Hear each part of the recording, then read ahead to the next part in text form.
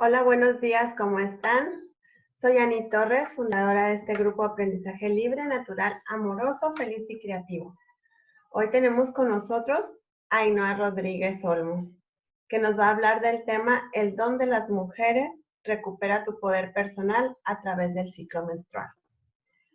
Ainhoa es madre educadora y mujer cíclica, formada en pedagogía Pikler-Loxi. ¿Estoy bien, Ainhoa? Perfecto. Educación autodidacta, educación creadora y ciclicidad consciente.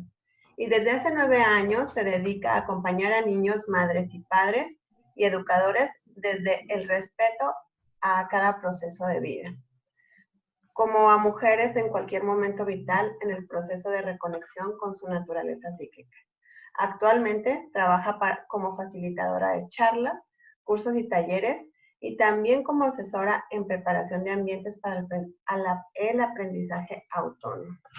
Hoy Ainhoa nos va a tocar un tema que a todas las mujeres nos interesa porque se ha ido perdiendo bastantes más, muchas ni conocemos gran parte de eso. Así que, Ainhoa, por favor, ya no quiero hablar más del tema porque la experta aquí eres tú. Adelante. Gracias, Ani. Y gracias a todas por asistir hoy a esta pequeña charla. Realmente es un privilegio poder llegar hasta el otro lado del océano con este tema que para mí es y ha sido tan importante. Sí, yo creo que la descripción de Ani ha sido bastante acertada, un poquito como trayectoria. Me gustaría que, bueno, esta charla no se convirtiera en un rollo histórico, que un poquito habrá también, porque considero que es interesante saber un poquito qué ha sucedido, ¿no? Para que se dé esa desconexión que antes no existía, ¿no? Hubo un momento prehistórico en el que todas las mujeres, incluso los hombres, estábamos conectados con la naturaleza, ¿no? Y hoy en día esto está bastante lejos de ser así. Entonces yo hace 9 años que transito la vida cíclica, supuso un cambio radical a nivel de todos los ámbitos de mi vida y vino iniciado por el nacimiento de mi hijo, precisamente, mi hijo que tiene 9 años ahora.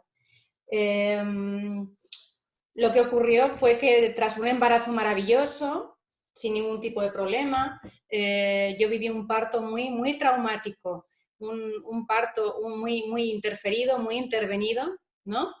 En cuanto a proceso natural que es. Y esto tuvo secuelas muy importantes, tanto para mí como para mi hijo. Empecé a trabajar con el concepto de violencia obstétrica, ¿no? Porque lo cierto es que yo viví un cóctel bastante completo al respecto y, bueno, mi hijo como consecuencia nació con una parálisis braquial obstétrica. Esto quiere decir que todos los nervios del plexo braquial le fueron arrancados o estirados y magullados, con lo cual él no movía su bracito, ¿no?, de recién nacido desde el hombro hasta los deditos. Para mí esto supuso un shock. Y os lo cuento porque es muy importante para que entendáis el proceso de reconexión, ¿no?, con mi naturaleza cíclica y con mi cuerpo de mujer. Me gustaría simplemente que a través de mi historia personal pudiera conectar de alguna manera con aspectos diferentes de todas vosotras. Me encantará que escribáis preguntas. Yo puedo ver las del Zoom, pero Ani puede ver por otras plataformas, entiendo, y me las puede ir pasando, ¿de acuerdo?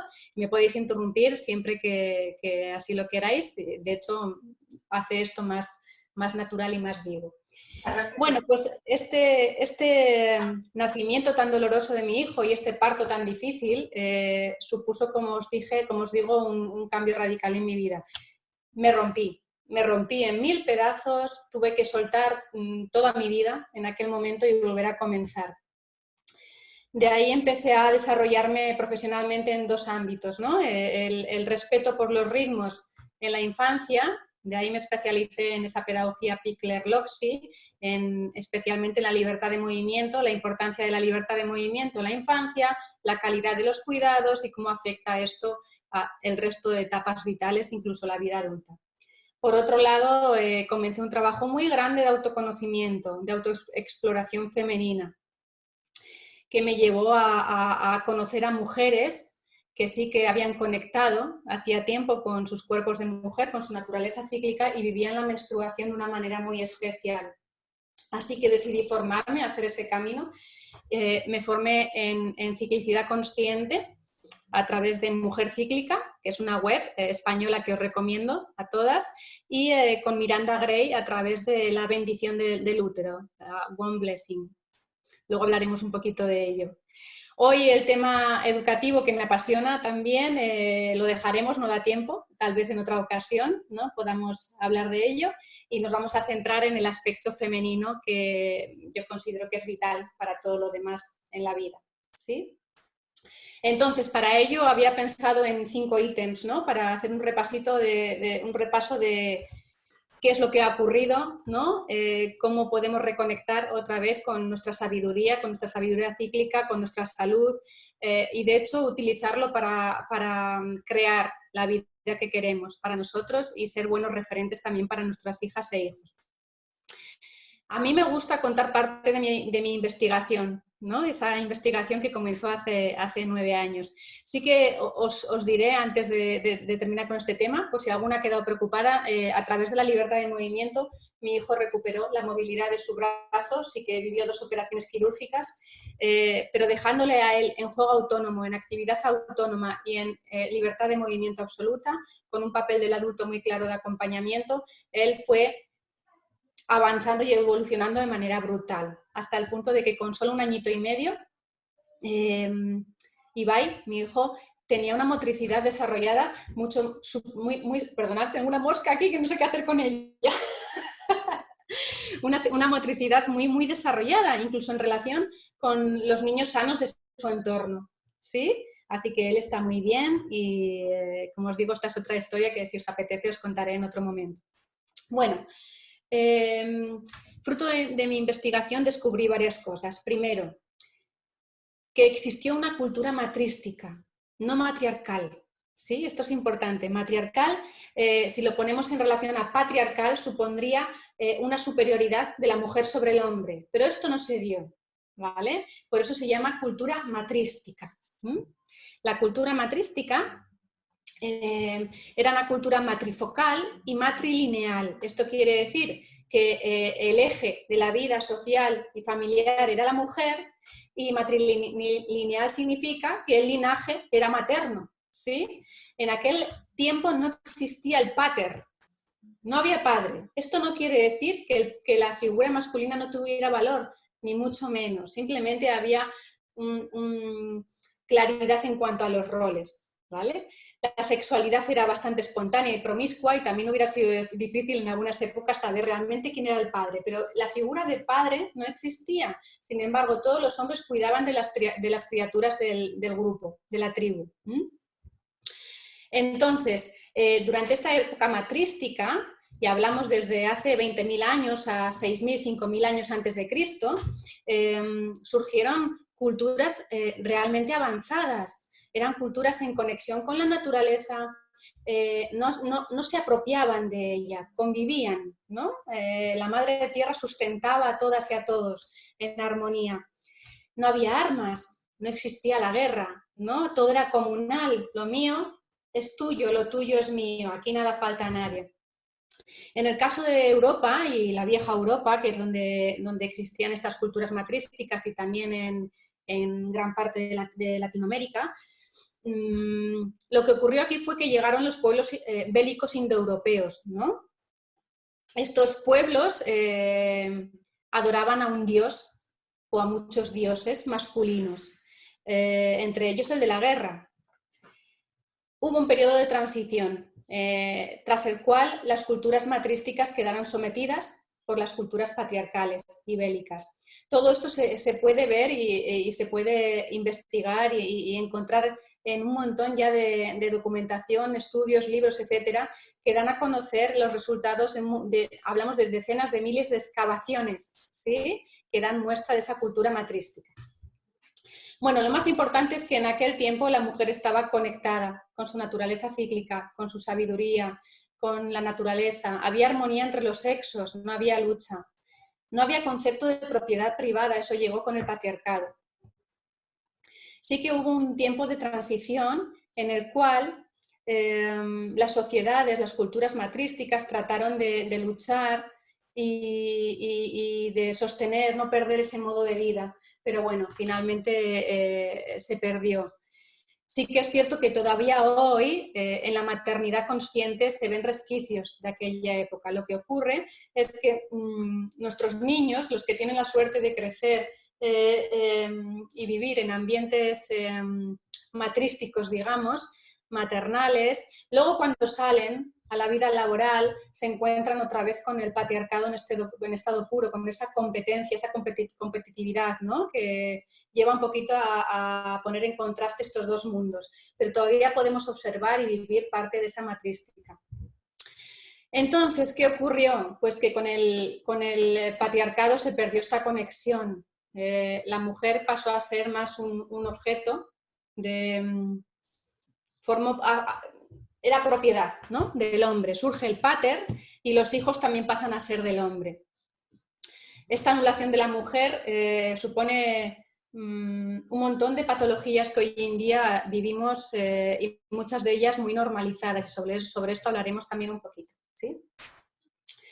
Entonces, lo importante es saber que el ciclo menstrual y el cuerpo femenino se consideraron sagrados hasta hace por lo menos 5.000 años, cuando las culturas matrísticas de la vieja Europa fueron derrocadas. De hecho, el significado original de la palabra tabú era sagrado, y a las mujeres que estaban menstruando se las consideraba sagradas. Ahora, en algunas sociedades se las considera sucias, ¿no? Luego podemos hablar un poquito de nuestras vivencias con respecto a esa primera llegada de la menstruación, que es muy importante que hablemos de ello. Los sueños y visiones de las mujeres que estaban menstruando solían aprovecharse para guiar a la tribu. De hecho, las culturas aborígenes de todo el mundo han honrado a las jóvenes con ceremonias de mayoría de edad. La primera menstruación significaba ser iniciadas en los oficios del sexo femenino, iniciación que hacían las madres, las tías y otras mujeres. Esto en gran parte lo hemos perdido, ¿sí? Testimonios arqueológicos de más de 6.000 años de antigüedad apuntan a que los primeros calendarios eran huesos con marquitas, con pequeñas marquitas, que usaban las mujeres para llevar las cuentas de sus ciclos. Estos fueron los primeros calendarios que existieron. Pero pese a la cantidad de miles de años que han pasado, el tabú asociado al ciclo menstrual ha continuado hasta hoy. A generaciones de mujeres se nos ha enseñado que somos más vulnerables físicamente durante la menstruación. Por ejemplo, que no podemos bañarnos. No sé si os ha pasado, luego me gustaría que me contaréis, ¿no? Esto de que os digan, no, estás menstruando, no puedes bañarte, ni nadar, ni lavarte el pelo. Realmente estas creencias nacieron de la teoría victoriana de que bañarse, lavarse la cabeza o incluso nadar podrían dar marcha atrás al flujo menstrual, causando trombosis, locura o tuberculosis. Increíble, ¿verdad? Más recientemente se ha pensado que el contacto con el agua durante este tiempo podría ser causa de resfriado. Muchas habréis escuchado esto también. O que durante la menstruación no puedes hacer mayonesa. Esto se dice mucho en España, que se corta la mayonesa. No hay ninguna base científica que respalde ninguno de estos tabúes. Sin embargo, durante generaciones han servido para que las mujeres tengan miedo de un proceso corporal totalmente natural. Si queremos recuperar nuestra sabiduría menstrual y honrar nuestra naturaleza cíclica, al mismo tiempo hemos de reconocer las actitudes negativas que tenemos hacia el ciclo menstrual y las tenemos muy interiorizadas muchas de nosotras. También hemos de reconocer el dolor y las molestias que muchas experimentamos cada mes. Nuestra naturaleza cíclica ha sido el blanco de todo tipo de chistes y burlas a lo largo de todo este tiempo. Muchísimos. Yo recuerdo cuando yo iba al instituto de adolescente, sacar una compresa para ir al baño de la mochila sin que nadie me la viera era algo, vamos, digno de un malabarista. Qué vergüenzas, ¿verdad? Para muchas mujeres, la pubertad y la primera menstruación han estado saturadas de vergüenza y de humillación. Este fue mi trauma de iniciación. Luego lo hablaremos porque es muy importante, ¿vale? Aparte de la violencia y el miedo, nada en nuestra sociedad ha sido más eficaz para mantener en su lugar a las mujeres que la degradación del ciclo menstrual. También es cierto que vemos que esta actitud está cambiando cada vez más deprisa, al comprender nuestra cultura que la primera menstruación es un importante rito de paso o transición. Por lo tanto, parte de nuestra curación, de nuestro proceso de sanación, consiste en reemplazar por información correcta los nocivos mitos heredados sobre el ciclo menstrual. Para eso estamos aquí hoy también.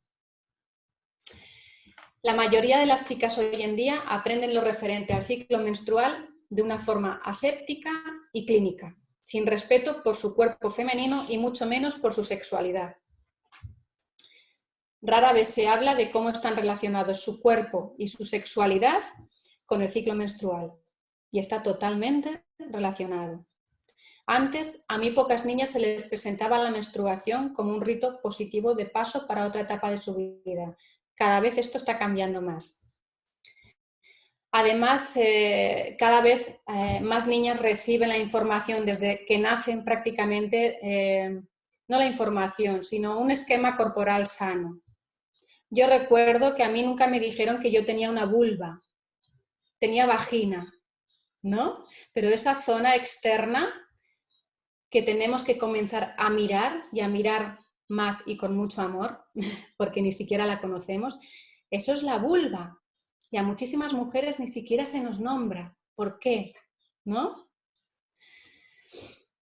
En lugar de celebrar nuestra naturaleza cíclica como un aspecto positivo de nuestro ser femenino, nuestra cultura nos enseña que no debemos reconocer nuestras menstruaciones, nuestras reglas en absoluto.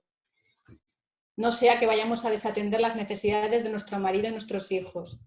Y os digo esto porque podéis encontrar ejemplos de publicidad de los años 60 y 70 que son impresionantes, en cajas de tampones. No desatienda, mujer, las necesidades de su marido y cosas increíbles de este tipo. Creo que es muy importante que hablemos también sobre el dolor menstrual. Hoy en día, el 60% de las mujeres sufren de dolor menstrual. Un porcentaje menor son incapaces de funcionar durante 1 o más días cada mes, debido a la intensidad del dolor. Esto es un dato muy importante y es una barbaridad este porcentaje. El hecho de que en nuestra cultura la mayoría de las mujeres sufran de dolores menstruales es una indicación muy clara de que algo va mal en nuestra relación con nuestro cuerpo. Esto testimonia que hemos perdido mucha conexión con nuestra sabiduría menstrual y cíclica, muchísima. Y ni siquiera lo sabemos. Algunos autores relacionan los dolores menstruales y el síndrome premenstrual como indicadores de que una mujer está en conflicto con su realidad femenina, con su papel en la tribu y con lo que ésta espera de ella. Caroline Myss es una autora que defiende que la sangre es familia siempre. Entonces, los problemas de la sangre están relacionados con la familia y con la tribu. Hoy en día, en la cultura patriarcal en la que vivimos, tanto entre los profesionales de la salud como entre las propias mujeres, se ha convertido en norma habitual considerar enfermedades que precisan tratamiento médico, incluso funciones corporales tan naturales como la menstruación, la menopausia y el parto. Da la impresión de que la actitud de que nuestro cuerpo es un accidente a la espera de ocurrir, y no es una exageración, se interioriza a una edad muy temprana. Y esto dispone el escenario para la relación futura de la mujer con su cuerpo. No sé si os habrá pasado, algunas os podéis sentir identificada. Yo hace años iba por la calle, alguien se chocaba conmigo y era yo la que pedía perdón automáticamente. Esto lo hacen muchísimas mujeres, sin cuestionarnos, ¿no? Está tan normalizado, sin cuestionarnos por qué pido perdón, ¿sí? Total, dado lo que se nos enseña, no es extraño que tantas mujeres se sientan mal preparadas para relacionarse con y confiar en ellas mismas. Nos han realmente medicalizado el cuerpo, desde antes de que naciéramos incluso. La mayoría de mujeres interiorizan la idea de que hay algo que está fundamentalmente mal en su cuerpo. Se las induce a creer que deben controlar muchos aspectos de su cuerpo y que sus dones y formas naturales son inaceptables. han sido condicionadas a pensar que su cuerpo es esencialmente sucio, que requiere una constante vigilancia de su limpieza y su frescura para no ofender. Esto es importantísimo, bellas mujeres. Pensamos que olemos más mal, no solo nuestra sangre menstrual, que no huele mal, huele a sangre. Ahora hablaremos de cuando huele mal, porque huele mal. También nuestros fluidos, ¿no? Hemos interiorizado que olemos mal, que nos tenemos que limpiar para recuperar esa frescura. Veréis, yo me di cuenta también hace años de que, no sé cómo será por allá, pero cuando yo iba al instituto empezaron a llegar esos contenedores asépticos, herméticos, para poner en cada servicio femenino donde desechar tampones y compresas, ¿sí? Como si fuera material altamente tóxico. Yo lo interioricé y lo normalicé como casi todo el mundo, ¿no? Pero un día alguien me hizo ver esto. ¿Por qué nuestra sangre menstrual, que es sangre de vida, por qué se desecha de esa forma? Y lo que esto provoca sin darnos cuenta en todas nosotras. Si continuamos pensando que nuestros síntomas y enfermedades, como la endometriosis, los miomas, que cada vez hay más, el síndrome premenstrual, que es muy real, son problemas simplemente médicos y no están relacionados con otras partes de nuestra vida, participamos en el sistema adictivo de la asistencia médica y de ese modo la perpetuamos. Yo os puedo contar mi historia tras el parto, el nacimiento de mi hijo, relacionada con el hipotiroidismo. Veréis, al de 6 meses de dar a luz, yo no me recuperaba. Yo siempre he sido de ir con mucha energía, a un paso rápido por la calle, por la vida, ¿no? Y sentía que no podía. Había un límite en mí que no me permitía moverme rápido. Decidí ir al médico y el médico enseguida me diagnosticó hipotiroidismo crónico. Es un problema femenino muy común y cada vez más hoy en día. Bueno, la endocrina que me atendió durante varios meses trataba de hacerme interiorizar que no pasaba nada, que yo me tomaba mi pastillita diaria y que aquí no había pasado nada. Pero yo necesitaba saber, estaba en un momento de cuestionarme todo, ¿no? ¿Por qué? Si yo he estado sana siempre, ahora desarrollo hipotiroidismo. Para mí era evidente que un parto traumático y este hipotiroidismo estaban relacionadísimos. Pero esta persona, esta profesional sanitaria, no quería ni oír hablar de esto, así que investigué por mi cuenta, hasta que descubrí que cuando estamos dándole al cuerpo de forma externa lo que el cuerpo debe fabricar, en este caso la hormona tiroidea, la hormona tiroidea no estaba fabricando, la glándula tiroides no estaba fabricando la hormona tiroidea, y como yo se la daba de fuera hacia adentro cada día, se iba atrofiando. Así funciona nuestro cuerpo, ¿no? Así que un día decidí dejar de tomar esa pastilla. Pero a la vez yo hice un trabajo muy importante de trabajar la mentalidad, ¿no? de la salud, de expresar todo lo que yo había sentido durante el parto, en el posparto y durante el primer año de vida de mi hijo, ¿no? Estaba todo sin expresar. Por eso la glándula tiroides se queda ahí tan dañada. Es vital que expresemos las cosas traumáticas que hemos vivido sobre todo, ¿sí? Ese es el primer paso. Bueno, en cuestión de unos pocos meses mi tiroides estaba perfecta otra vez y era un daño crónico para toda la vida, ¿sí? Lo cierto es que la curación puede producirse en el presente solo cuando nos permitimos sentir, expresar y liberar emociones del pasado que hemos reprimido o tratado de olvidar. De hecho, los niños liberan sus emociones de forma natural e inmediata y todos tenemos la capacidad innata de hacerlo.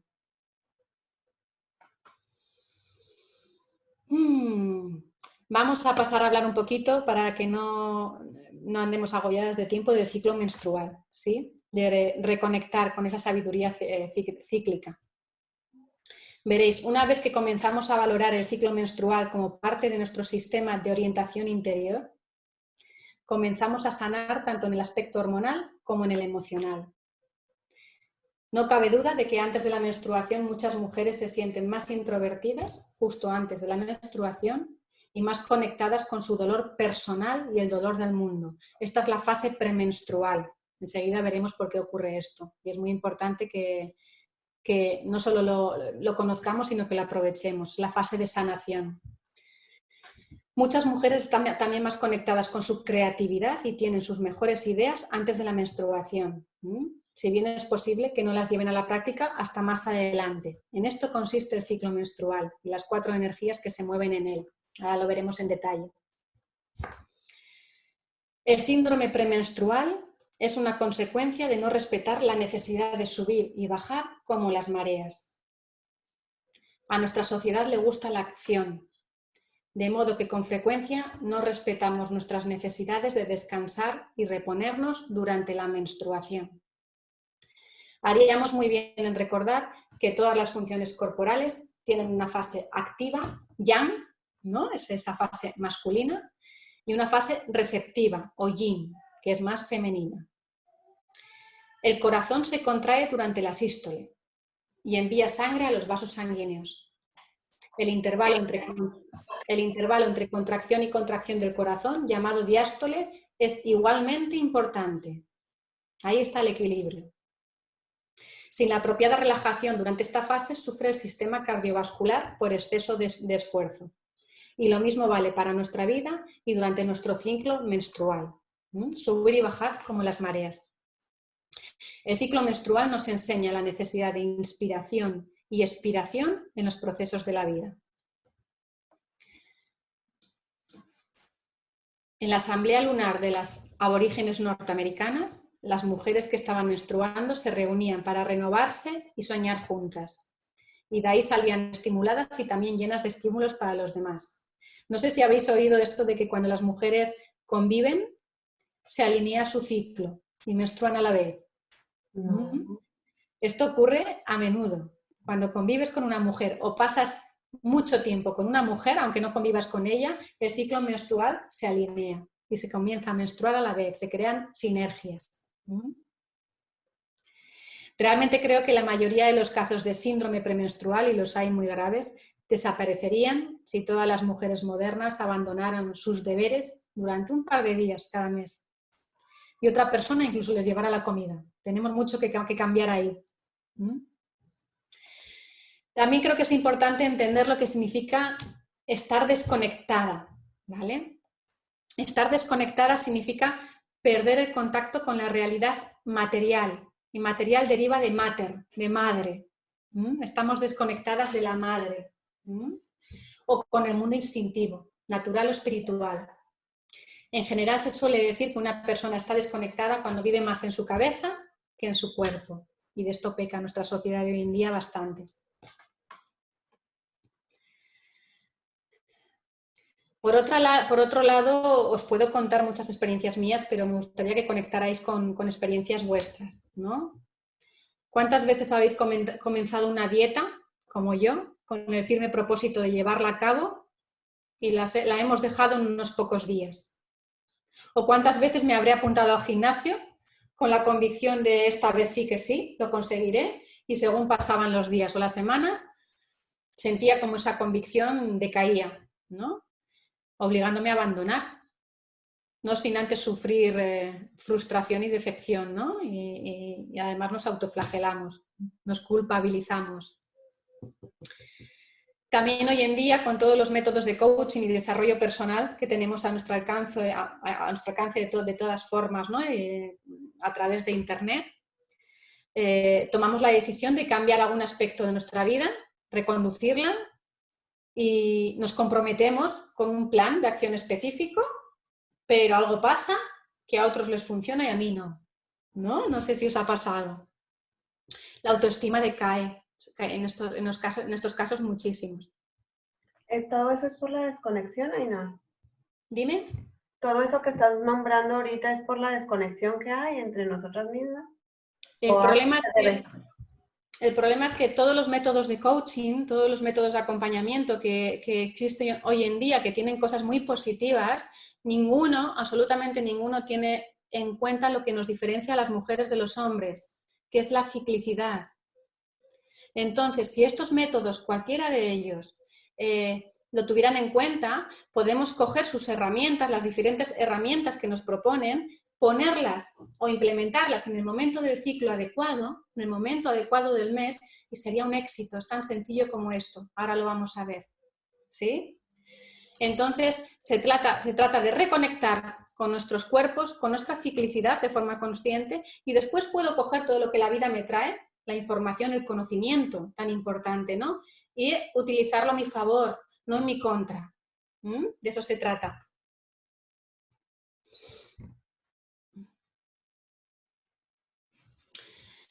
Porque nosotras tenemos la ciclicidad que los hombres no lo tienen, ellos tienen otras cosas, ¿vale? Y los esquemas de todos estos métodos no reconocen esta parte de ciclicidad. Entonces, el ciclo menstrual lo que nos aporta es tomar conciencia de ciertos momentos adecuados para un tipo de acción y ciertos momentos inadecuados para cierto tipo de acción. Ahora veremos cómo funciona esto. Entonces, cuando realizas tareas adecuadas al momento del ciclo en el que estás, consigues salud y bienestar. Cuando realizas tareas inadecuadas al momento del ciclo en el que estás, lo que consigues es malestar y continuado en el tiempo, incluso enfermedad. Esto es lo que ocurre realmente, porque vamos contra natura. En efecto, al entrar en acción en el momento adecuado y recurrir a nuestras aptitudes, ¿no?, a nuestros talentos durante su fase de mayor apogeo, conseguimos trabajar con nuestra motivación, creatividad, perspicacia natural, provocar grandes cambios en nuestro desarrollo que nos permitirán llevar la vida que queremos. Pero por lo general, lo malo es que no partimos de 0, partimos de -10. A ver si puedo hacer entender esto. Por lo general, el ciclo menstrual se interpreta como un inconveniente, más que como una ventaja. Entonces, primero tenemos que pasar por la parte de sanación, de comprender qué es esto del ciclo menstrual. El ciclo menstrual es un ciclo creativo y creador, y no sirve solo para hacer bebés como nos lo han enseñado. Podemos hacer maravillosos bebés, pero cuando no concebimos bebés, concebimos y damos a luz, gestamos y damos a luz ideas y proyectos diferentes cada mes. Es creatividad y creación en estado puro. ¿Sí?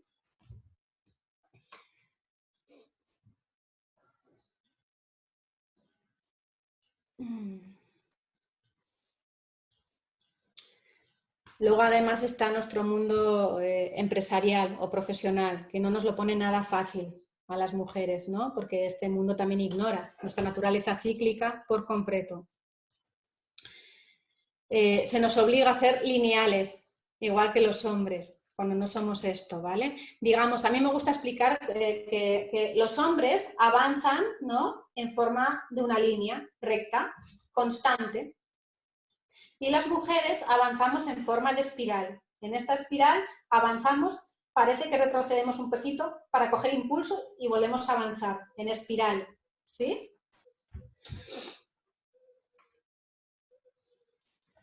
Entonces, para alcanzar nuestro máximo potencial debemos entender cuáles son esos momentos óptimos, ¿no? Y para qué, y cómo aplicarnos de forma activa y práctica. Yo tengo algunos libros que os puedo recomendar para este proceso. Mirad, el más importante para el comienzo, ¿se ve bien? Decidme si se ve bien. Es Cuerpo de Mujer, Sabiduría de Mujer, de la doctora Northrup. Es un buen comienzo y muy recomendable para entender todo esto de la somatización en el cuerpo femenino del patriarcado, ¿vale? Salen todas las patologías femeninas y es una guía muy buena. Después, si queréis, tenéis los libros de Miranda Gray. Este a mí me gusta mucho. Las 4 fases de la luna roja, o creo que hoy en día está como Momentos óptimos de la mujer, ¿sí?, de Miranda Gray. Este es muy práctico. Te habla de las 4 fases del ciclo menstrual, de las aptitudes de cada momento, de cada fase y cómo utilizarlas, qué tipo de acciones llevar a cabo. Luego es practicar. Una vez que reconocemos que nuestras habilidades varían durante nuestros ciclos, dejamos de luchar con nuestra naturaleza cíclica para trabajar con ella, ¿no? Comenzamos a ir a favor de la naturaleza cíclica. Y lo podemos enfocar hacia cualquier cosa que quieras conseguir en tu vida. ¿Mm? Entonces, vamos a hablar ya de las 4 fases del ciclo menstrual. Me gustaría, no sé hasta qué punto estáis todas familiarizadas, las que me estáis escuchando hoy y las que me escucharéis, con el ciclo menstrual, su relación con el ciclo lunar, con los 4 arquetipos femeninos del ciclo menstrual y con las 4 estaciones del año. Es todo lo mismo. Estos somos las mujeres, somos la madre tierra, ¿sí? Entonces, cuando yo hable de cada una de las 4 fases del ciclo menstrual, cada fase se va a correlacionar con una fase lunar que lleva la misma energía, con una estación del año que lleva la misma energía y con un arquetipo que lleva la misma energía. Puede ser mucha información en un primer momento, pero con un poquito de práctica se reconoce de forma muy, muy fácil en nosotras. Bien. En cuanto al ciclo menstrual, todas hemos aprendido o nos han enseñado en casa o en la escuela la parte más hormonal o física, ¿no? Pero sin embargo se mueven en nosotras 4 energías muy potentes y muy diferentes cada mes, 4 arquetipos. El primer día de menstruación, el primer día de sangrado, es el día 1 del ciclo. No sé, Ani, si puedo compartir pantalla, un diagrama un momento. Sí, ¿verdad? Sí, permíteme, déjame. A ver, se supone que ahí puedes ya.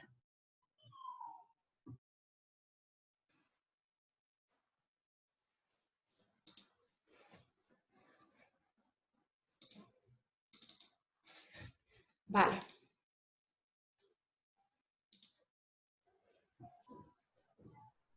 Sí, ahí se ve. Mirad, esto es un diagrama lunar, ¿lo veis? Lo estáis viendo, ¿verdad? Sí, ahí no, sí, sí se ve. Perfecto. Voy a ajustar la página. Vale. Podéis encontrar muchos diagramas lunares en internet, ¿sí? Todos responden a la misma idea. Se trata de, durante al menos 3 meses, hacer una tarea de autoexploración de nuestro ciclo. Entonces, el día 1, que estoy señalando aquí en esta rueda, sería el día en que recibes el sangrado, el primer día de sangrado. Entonces, esto se rellena de forma muy, muy intuitiva. Son los diagramas que yo suelo dar en mis sesiones de mentoría y asesorías, ¿vale? Pero lo podéis rellenar como queráis, con un color, cómo os habéis sentido hoy en cuanto a cansancio, ¿vale? Todo, si habéis soñado, qué tipo de sueños habéis tenido, un poquito pasando por el aspecto físico, pero también por el interior, no solo el externo, no solo el exterior. Así cada día del ciclo. Lo que ocurre es que cuando llenamos al menos 3 diagramas, empezamos a detectar patrones. Esos patrones que se repiten cada mes son nuestros momentos óptimos, son nuestros dones y talentos a aprovechar para conseguir lo que queramos en la vida. Otra forma de estudiarlo es así, ¿no? Para quien se sienta cómoda con algo un poco más racional en vez de tan intuitivo, y funciona igual, ¿veis? Esta es una tabla para las fases del ciclo. Comienza con la fase menstrual, día 1, ¿sí? Y ya te pregunta, ¿qué fase lunar hay? Cansancio, baja energía física, necesitas más horas de sueño, si estás desmotivada, si estás aceptando y soltando o no, ¿vale? Te pregunta varias cosas y puedes ir marcando las que sí. Es muy sencillo de rellenar cada día. Después pasas a la fase preovulatoria y así por cada una de las 4 fases, ¿sí? Lo mismo cuando rellenas al menos 3 meses estas tablas, y os las puedo hacer llegar a quienes queráis. Vas detectando esos patrones, te das cuenta de qué es esto de la ciclicidad y que es real en ti, hay que vivirlo, no os pido que me creáis, sino que lo experimentéis porque realmente te cambia la vida. Yo tenía muchos dolores menstruales, muchísimos y bastante fuertes. Hace muchos años que no vivo ni una sola molestia ni un solo dolor, no solo durante la menstruación, sino durante el resto de fases del ciclo. Ay, no, No debe doler. ¿por qué son los dolores menstruales? Los dolores Porque a menstruales... unas más fuertes que a otras. Cuanto más grande sea el trauma, aquí entran en juego muchas cosas, Ani. Es cómo has recibido la vivencia de la primera menstruación, qué grande es ese trauma, que ha quedado en ti, si es que ha sido así, cómo has vivido los años cíclicos que llevas, si estás en menopausia o en climaterio, si has podido vivir con consciencia esta ciclicidad, etcétera, etcétera. Entonces, cuanto más tiempo lleves yendo a contranatura de tu ciclo menstrual, cuanto más años lleves sin reposar durante la fase menstrual, que es un ir hacia adentro, cuanto más grande es ese trauma, ¿vale? Esa coraza que se forma a partir de la adolescencia sobre todo, pues mayor va a ser el dolor. El dolor es un aviso, una llamada de atención. Para. Yo tengo estudiadísimo en mí y os animo a que lo hagáis. El primer día fuerte de menstruación, que en cada una es diferente, mi día fuerte de menstruación es el segundo. Como que el primero llega suavecito, ¿vale? Pero el segundo día de menstruación, como yo esté de pie más de 10 minutos, mis riñones no me dejan, me duelen. Y si sigo, ya empiezan los ovarios. En cuanto me siento, desaparece el dolor. A veces ni siquiera sentándome, necesito recostarme. Y a veces necesito tumbarme. Y es automático. Claro, cuando llevas tiempo arrastrando carencias de este tipo, puede no ser tan sencillo ni tan automático, pero con un poco de tiempo de seguimiento del ciclo, simplemente de poner atención en el ciclo femenino, que ahora veremos cómo, este dolor, salvo que haya una patología grave, desaparece por completo. Pero el dolor menstrual y el síndrome premenstrual es un aviso de que vamos a contracorriente. Simplemente es eso. ¿Mm? Okay.